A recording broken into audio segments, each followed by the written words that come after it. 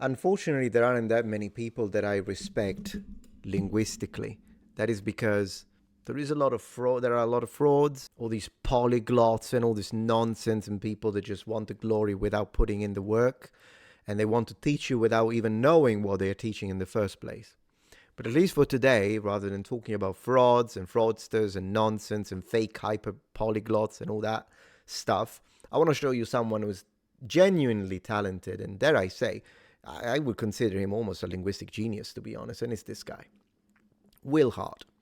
So, as he introduces himself, hey guys, I'm Will, a British medical student who likes learning languages. The understatement of the planet, of the century. I've learned Mandarin Chinese for nearly 5 years now and speak pretty fluently. He's being humble. His Mandarin is phenomenal. I want to share my experiences with everyone and encourage more people to learn languages and have fun doing so.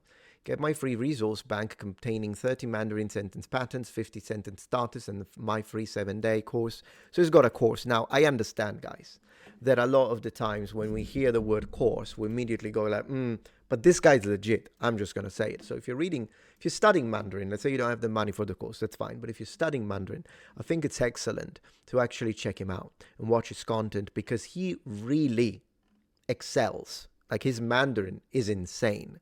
Really, really good. Anyways, just so you have a little taste. So this is 1 year ago. This trick will skyrocket your Chinese speaking. I think he says it in Chinese. So I'm not going to let it play for too long because if you don't understand Mandarin, it could be a little heavy. I'm going to let him speak for 30 seconds. You can skip it if you want. But honestly, just check this out. Check this out. 除了我们都听过的多说、多听、多阅读以外，作为一个过来人，如果你让我推荐一件你作为一个外语学习者应该每天做的事儿的话，那么我就4个字儿：练习造句。各位观众朋友们，大家好，我是何威，欢迎来到我的频道。如果你对外语学习、个人成长还有 Phenomenal. I think you could tell right there, right? Even if you don't know Mandarin, you'd be like, man, this guy sounds good. He does. He sounds great. Now, most likely this is a video, and it's possible that it's structured, perhaps it's written down. It doesn't look to be reading, but even if it's memorized or even if it's rehearsed a little bit, of course, this probably represents the higher end of his abilities. How does he speak in everyday conversation, though? He's still fantastic. Like, this guy is really good. And I think one of the main characteristics of his study method is repetition. The number of times this guy said the same stuff, probably over the span of years, really, is crazy. But really, that's how you pick up a language. It's constant, continuous immersion and repetition. Of course, it's a lot more complicated than that, and there is a lot of layers to it. But if you really look at it, at its very bare bones, how do we pick up languages, even when it's our first language? We are immersed into it. We constantly hear it all the time. And then we use the same things over and over and over again. How many times have you said, what you want for lunch today? How many times? And that's really key. Now, of course, to speed it up, because you don't want to take 8 years to reach fluency. You want to reach fluency maybe in a couple of years, right? 3 years, perhaps. It depends on the language. You can reach fluency between 1 to 3 years. I would say it's realistic. Although then again, the definition of fluency may change between speaker to speaker, and between teacher to teacher. But generally speaking, you want to accelerate that so you can start exasperating a little bit that repetition and the number of hours. But yeah, so one thing that I want to say, 1 month ago, we spoke about pronunciation mistakes, and his tones are great. And that's, in fact, one of the main characteristics that I would have to, if I had to, like, explain to you, like, judge him, like, tell me how good he is with one word, I'd say he's very natural. And if you're a native speaker of Mandarin, let me know if you agree with me, but to me, his Chinese doesn't sound performative, which is the way it sounds oftentimes with the fake polyglots, right? It sounds completely wrong, like they haven't got a clue, but they don't care because they're doing a little, once again, performance for their audiences, but their audiences don't speak Chinese. But the split second, so it works because they're like, wow, this guy's good. But in reality, the first split second a Mandarin native speaker listens to one of those fake polyglots that don't know what they're doing, and like, this guy's awful. This guy hasn't got a clue. But other times, people, even if they do have some training in Mandarin, they over-exaggerate their tones to way that it makes it sound almost like a caricature. Not his case. To me, he sounds very natural, in fact, which must have taken a lot of trial and error. So let's see what he's going to tell us about Mandarin tones. 大部分的中文学习者都在犯， It's in Mandarin, never mind. Let's see if we can find one in English, to be honest, for 除了我 you. 们都听， Mostly. I don't know if all of his content is in Mandarin. I nearly quit. Let's see. 我中文已经学了5年多了。Re-listen regularly， Oh, just the beginning. Okay, cool. 除了我们都听过的多， Beginning is in Mandarin, but then he speaks English. Let's do that. Let's go. 我中文已经学了5年多了。如果我能坐时光机回到5年前，我会给当时的自己什么样的建议，让自己更有效的学习中文呢？我们这一期视频一起来探讨一下。Okay. Lesson number 1. Lots of learners have come to me over the years saying that they're waiting to start speaking until their pronunciation is a bit better or until they fix their listening and so on. The list goes on. But I came to this realization that conversation practice is actually one of the best ways to learn Mandarin. It did so much for me and literally changed the way I learned Mandarin. He's absolutely right. There are people out there that will tell you, no, don't speak. Don't speak. Just listen. Listen for like freaking 6 months, 8 months, and then speak. No, it's a waste of time. So lesson number 1 is stop waiting too long to start speaking. You really don't have to be perfect to start. Lesson number 2, you'll have good and bad days in language learning. Yes. You're not going to feel like you're doing absolutely amazing every single day. You'll have days where you can understand so much and you feel great. You'll have other days where you literally just feel like giving up because you can't understand anything. And that's totally normal. In this situation, you need to focus on the trend that's going up. So as long as you're staying consistent, your general trend of Mandarin ability is going up. So lesson... Okay, so yeah, phenomenal. Very good. Excellent, excellent take. You can tell that these takes are coming from experience. As I say, I've put 2 decades into language learning, with like whether it be English, Japanese, Mandarin, and all the other French. And he's absolutely right. That's something you figure out, though, after years. So it's actually a nice shortcut when someone who's already gone through the experiences tells you that. Number 2 is this. You need to accept the good and the bad days and take Mandarin learning one day at a time. Yeah. With that in mind, how do you stay motivated even in the bad times? Well, I want to encourage you to actively recognize when you use a new word or phrase correctly in a conversation, or you can understand a podcast that you previously weren't able to understand. Yeah. I call this celebrating mini wins, and that's lesson number 3. Celebrate your mini wins, your mini successes in Mandarin learning. So lesson number 4 is actually a good... I used to buy mozzarella, buffalo mozzarella, to celebrate those, particularly when I would do a test and pass it with good marks. That was my way to celebrate. Example of how to celebrate mini wins, and it also doubles down as a great way to learn Mandarin too, and that is go back and rewatch and re-listen and reread to podcasts, books and TV shows that you've already watched in Mandarin. And I promise you this, that the second time you watch or listen to something, you'll find that you understand so much more and you'll be able to pick up so much more from it. So lesson number 4 is rewatch, reread, re-listen regularly. Yeah. When I first started learning Mandarin, I sat down with Duolingo Chinese and painfully tried to write out all the characters by hand and memorize them that way. And I quickly found, 1, I hated it, and 2, it didn't really get me anywhere. If you hate the method you're using, switch up.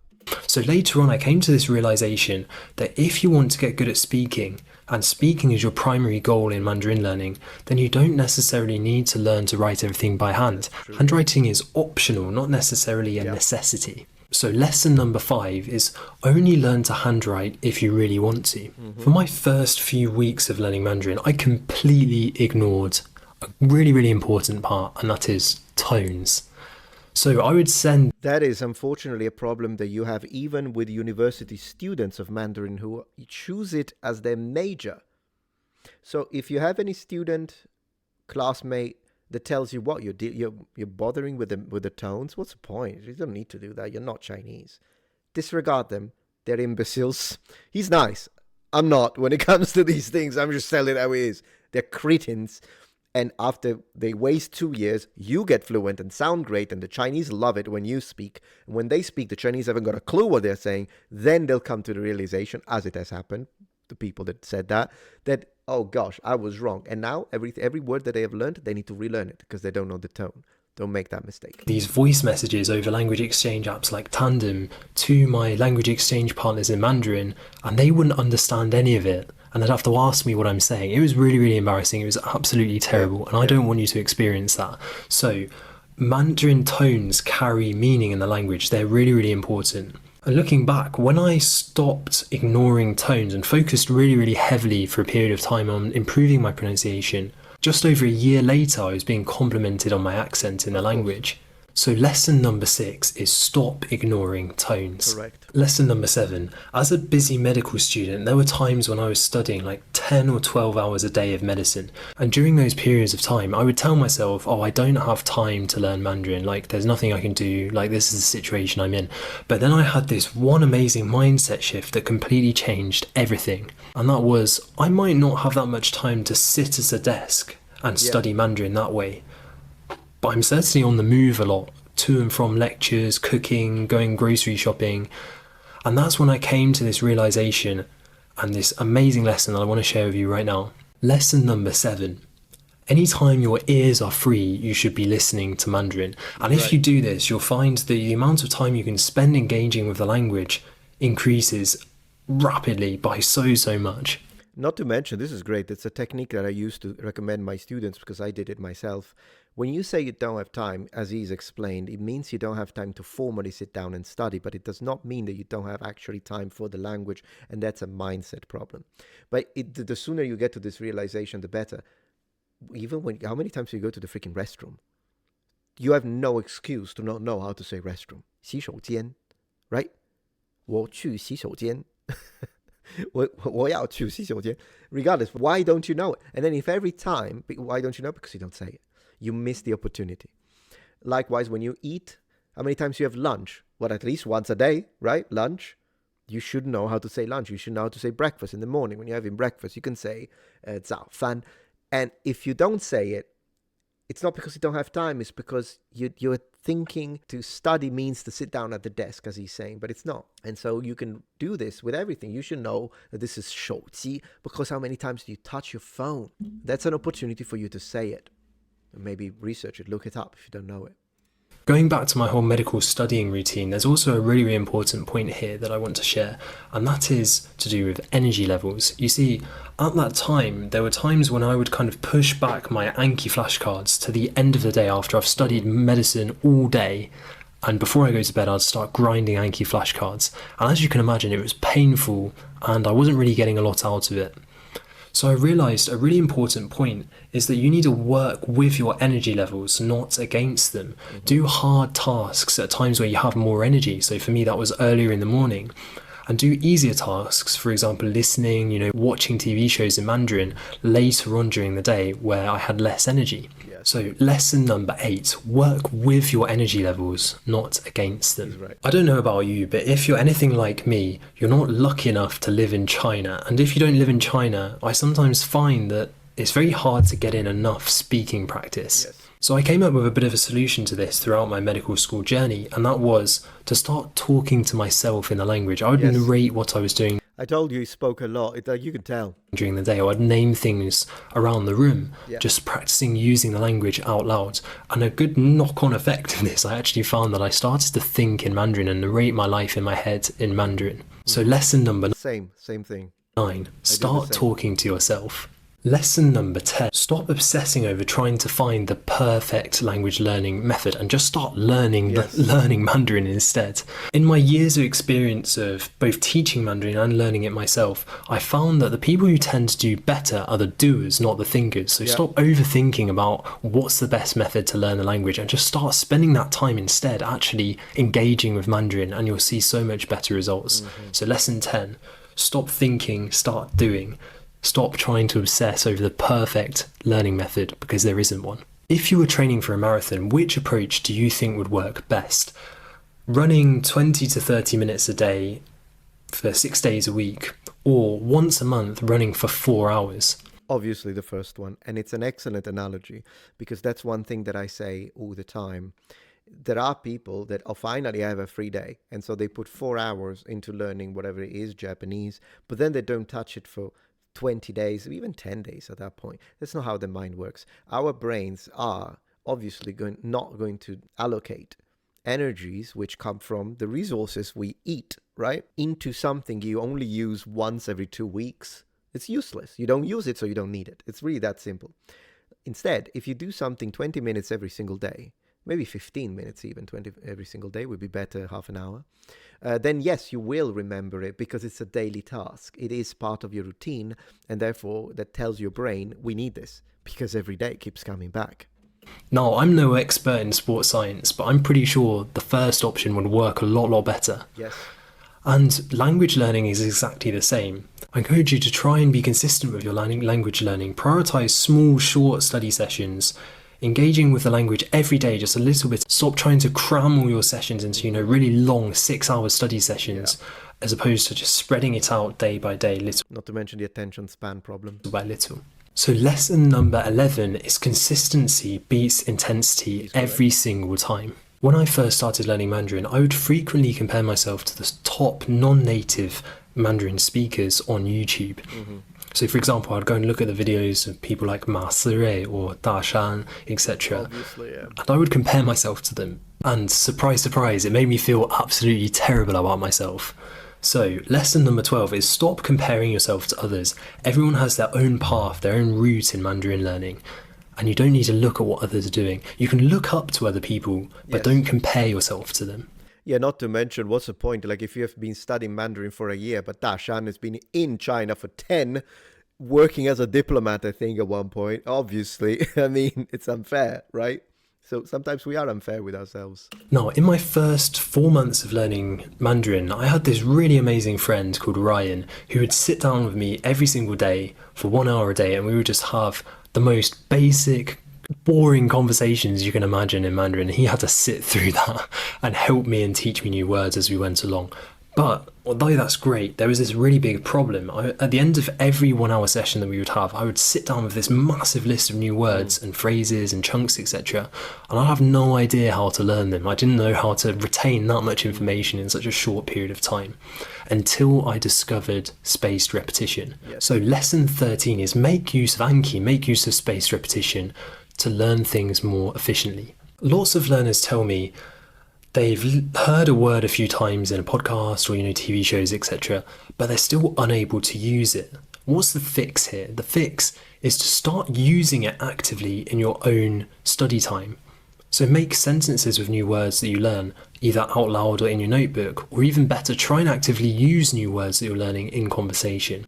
Of course, conversation is the best one, can be a little daunting at first, but the out loud, I wouldn't put it as always out loud. Even when you write something down in your notebook, say it. If you don't say it, you'll never learn how to say it. So lesson 14 is use what you know. Lesson 15, a lot of language learners get stuck in conversations. Why? Because they don't even know how to start the sentence. Yes. Now, there's a really easy, simple fix here you probably haven't even thought of before, and that is learn common sentence starters. There's so many common sentence starters in Mandarin that really will help if you learn them and can use them effectively. Sometimes getting your sentence rolling is the hardest part, and once you've got over that initial hurdle, you'll find it so much easier and you'll be able to express yourself more fluently. Lesson 15, learn common sentence starters. Lesson 16, learn the tones for the new words and phrases that you're learning. Yes. Don't expect to just pick them up naturally. A lot of people have this idea that, they're just going to listen a lot and the new phrases and words they're learning, they're just going to naturally ingrain the tones and it will all be fine and their pronunciation will turn out great. Yeah, these are people who are arrogant, by the way, and I've seen them also in the Japanese learning community, people that are like, pitch. Well, either they tell your pitch is useless, it's nonsense, or they'll tell you, you'll just pick it up naturally, and then they sound like shit. They didn't, and they've been living in Japan for a long time. Sorry, but that's not how it works. You don't have to learn pitch. In Mandarin, you do have to learn the tones. But in Japanese, even though you don't necessarily need to learn pitch, but just choose. If you don't want to learn it, it's because you're not interested in it, fine. But this excuse, no, you'll just pick it up naturally. It's an excuse. Just say you don't want to learn it. And that's fine. And not everyone needs to sound like a native. But do understand that that's what you are giving up, sounding closer to a native. Now, in Mandarin, however, if you don't learn the tones and think you're going to pick it up naturally, no, you need to put in the work. and the repetition. That's how it is. Otherwise, you just don't learn a tonal language. You just learn Spanish, learn Italian. Learn in Italian, you can do this and be understood. What's the point? I mean, maybe theoretically it might work, but I've yet to see a language learner who hasn't like kind of sat down and learned the tones for each of the new words they're learning and ended up with good pronunciation. In fact, most of the time I've seen it to be the opposite. So It's only natives that pick it up like that. You've got to be a native to pick it up like that. highly encourage that for every new word and phrase that you're learning, you know the tones for them. Yes. So then you'll be able to get your pronunciation right from the start. Excellent. Okay, so we're kind of halfway through, 9 minutes, almost 10 minutes. There are 6 more minutes, and this is really good. I think it kind of gives an idea that I wanted as an introduction to those of you who are learning languages, whether it be Mandarin or whether it be a different language. It doesn't matter because the method applies. Check it out. Check him out. And excellent work. Much respect for the level that he has received, that he has reached. I agreed pretty much with everything. A rare thing. 再见。